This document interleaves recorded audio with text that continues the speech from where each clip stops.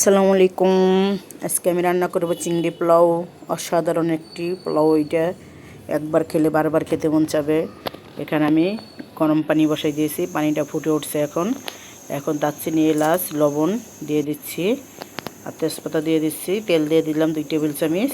এখন পানিটা ভালোভাবে বরক আসলে আমি এখানে 1.5 কাপ চাল ধুয়ে নিয়েছি। 1.5 কাপ চাল ধুয়ে দিয়ে দিচ্ছি।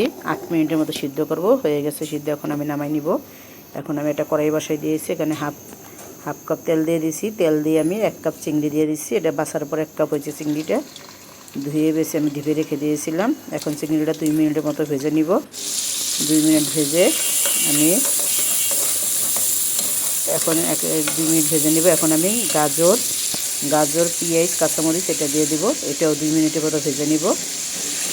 এটা 2 মিনিট খুব সুন্দর করে ভেজে নিব।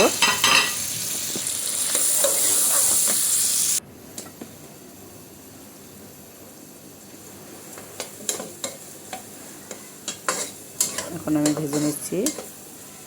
এটা একটু ভালোভাবে ভাজতে হবে। চুলার আঁচটা বাড়াই দিতে হবে, না হলে কিন্তু লাল হয়ে যাবে। এখন আমি হাফ চা চামচ সাদা গোলমরিচের গুঁড়ো দিয়ে দিব। এটা দিয়েও খুব সুন্দর করে ভেজে নিব। এখন আমি একে একে সসগুলো দিয়ে দিব। এখানে প্রথমে আমি দিয়ে দিচ্ছি চিলি সস, তারপরে দিয়ে দিব সয়া সস। সব কিছু আমি 1 টেবিল চামচ করে দিচ্ছি। এখন এখানে দিয়ে দিব আমি টমেটো সস 1 টেবিল চামচ।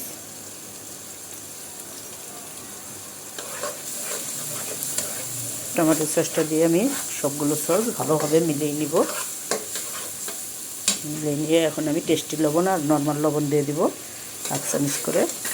সয়া সস যেহেতু দিয়েছি অল্প দিতে হবে। এখন দিয়ে দেবো আমি বকুলি আর মটরশুঁটি। এটা আমি সিদ্ধ করে রেখে দিয়েছিলাম ঢেপে।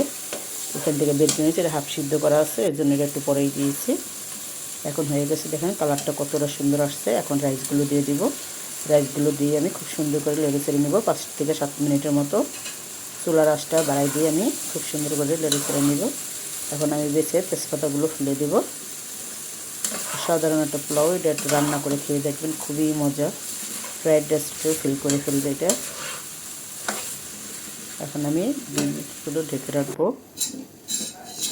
ঢেকে রেখে এখন আমি লাড়াচাড়া নিব। নিয়ে এখন আমি দেখেন কতটা সুন্দর হয়েছে, কালার খুবই সুন্দর হয়েছে, অসাধারণ। এইভাবে বানাবেন।